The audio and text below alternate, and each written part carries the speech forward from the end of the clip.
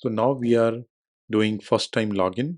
Once you sign up for the service, you're going to get an email which says verify user please, right? And this is the time you have to set up your password so that you can do a first time login.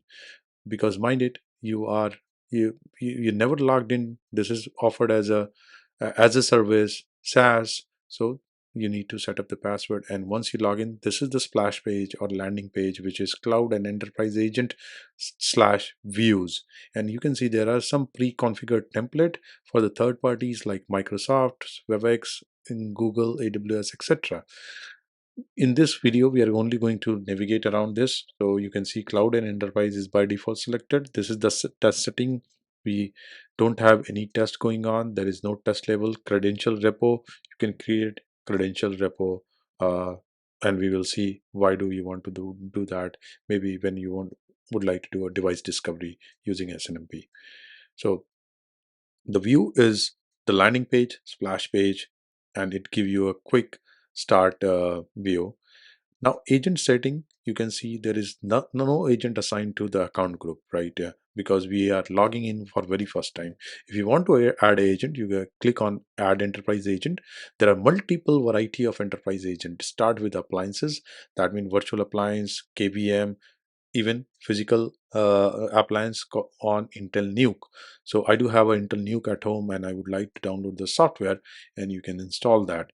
But mind it, this is a bare metal install, which you don't really want to block up Nuke just for a TE agent. So this is a better option, Cisco application hosting. If you are a Cisco shop, you can download this package and install it on Cisco Catalyst 9K switches. And here is the complete pre-built configuration, which you just need to copy and paste. Right, cloud template. You can have your own uh, agents running on cloud, and for that we will do a separate video. Now let's spend some time on account setting, because we are trying to we are logging in for very first time. So let's understand what are the users and role, and how the billing looks like. As you can see, this is a trial account, and I have given some units, and what I'm using today. You can also see the current quota, projected quota, all those things you can see. Right now I'm using 1.5%, and what I have available, that is all listed there.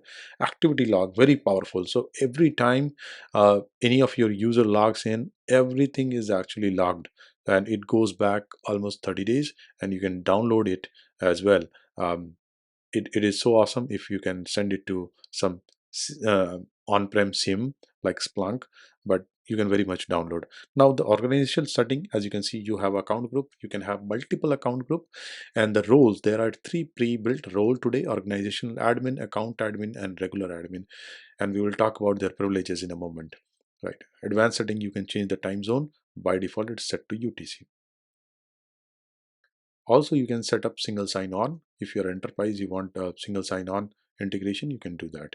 So this is my profile. Now roles, and here you can see for those three pre-built role, what are the access, right? So this is RBAC. As you can see, for organization admin, pretty much everything is checked, while at the regular user, there are, well, few lesser privileges, right?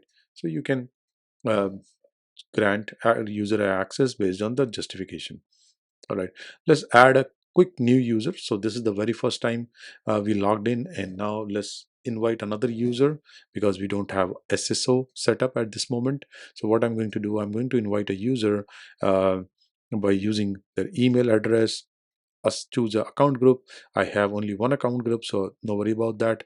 But assign a role. You must have assign a role.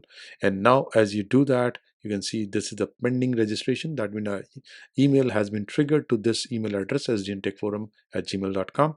And once I receive that, I'm going to verify myself, just like how we did in the very beginning here, and I'll be in, and I can see pretty much the same view. At the same time, I can perform tasks which are entitled for regular users, right? So I think this was a good start. We will continue our journey, and we will build more enterprise agent test cases, and so on. So thank you for watching this video. Thank you.